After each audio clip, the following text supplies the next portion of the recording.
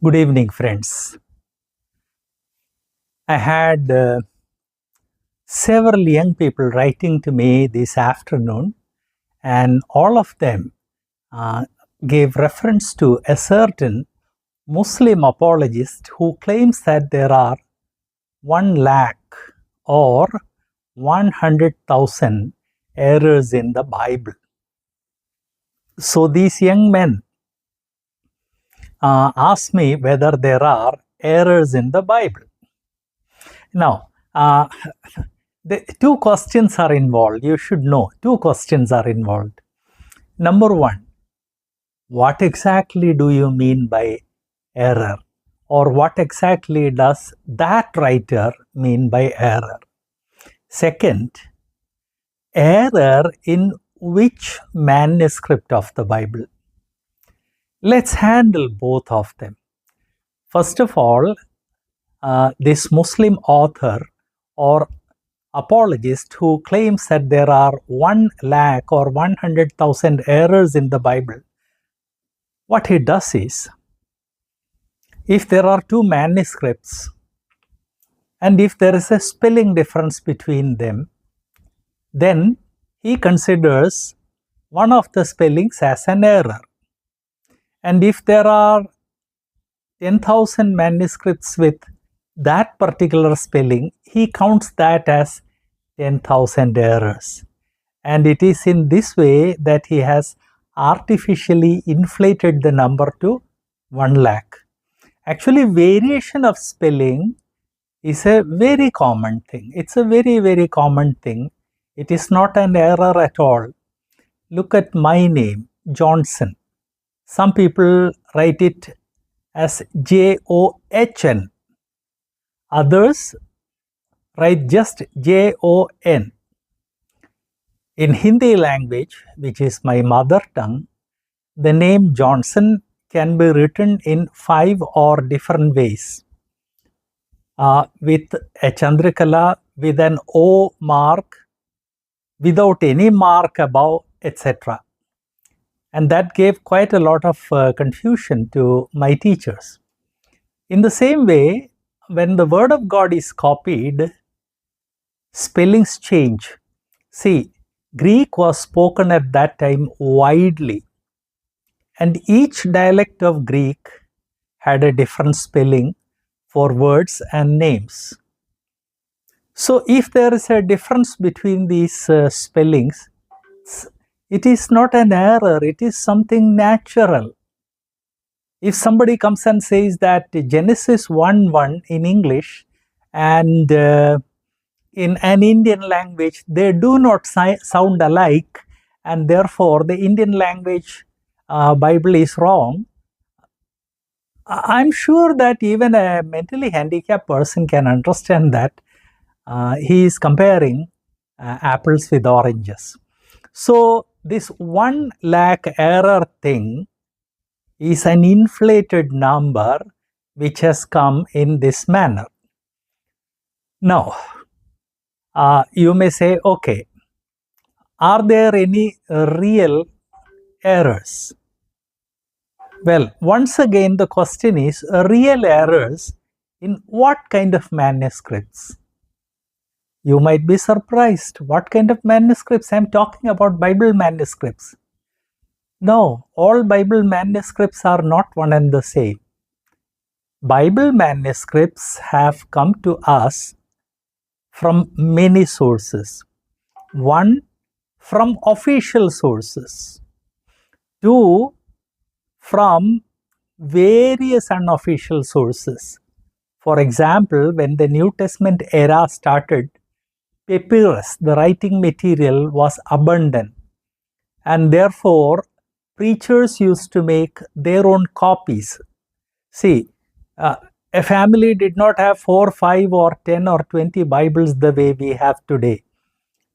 So a preacher, when he would stand in pulpit, he would want to read the Bible. It was difficult to open those scrolls, so he would copy Bible verses onto papyri and he would read. Obviously, he did not have to make it 100% accurate, and therefore mistakes of spelling, and also ellipsis. When you give one verse, omit one verse or a phrase, and then take the next or write the next verse. This way there are variations, but then these are not official translations. People also made copies for domestic use. Often these copies were made in a hurry because the Christian community was under persecution in the first century. We have Sunday school today, and the Christian church has been teaching the Bible to children right from the first century. So literate children made their own copies, and these were copied from child to child. So you need to understand that, and we all need to understand that when somebody says there are errors, we should clearly ask errors in which manuscripts, official manuscripts, or in a dozen kind of unofficial manuscripts. Unofficial manuscripts were made by preachers. Unofficial manuscripts were made by individuals. Unofficial manuscripts were made by children, all for their studies. Obviously, when something is hand copied in a hurry, there would be errors, but these are not official copies. That should be clear to anyone and everyone who is listening to me. Also, the first century brought a lot of heretics. Heretics made their own copies, and when they made their own copies, they made their own distortions. You may say, why did they allow heretics? The arrival of the Christian church brought much freedom. Much freedom. So heretics arose. The entire epistle of Jude is against them. You may say, well, do you have any examples of heretics? Yes. The Jehovah's Witnesses, they have produced New World Bible Translation where they have distorted a lot of statements in the Bible to suit teachings of that cult. In the same way, in the first century, copies were made by cultists, copies were made by anti-Christians, copies were made by all kind of people who opposed the Christian faith. So today we have an abundance of manuscripts. Many of them do contain errors because they were not official copies. Few official copies were made. A few of them have survived, or copies of a few of them have survived. They do not show this kind of an error. And therefore, when somebody says there are lots of error in Bible manuscripts, the question you should ask is not whether there are errors. The question you should be asking is, what kind of manuscripts? When a Sunday school child copies a verse, obviously he will not be 100% accurate. In schools, they give dictation, and when dictation is correct, when dictation is corrected, some children might have written very accurately, others might have made many mistakes. So when children make copies of the Word of God, some manuscripts will have many errors. Also, when a child copies from another child, there would be errors. So all this claim that the Bible has 1 lakh errors is totally misplaced, contrived, and artificial. There are a few highly reliable manuscripts.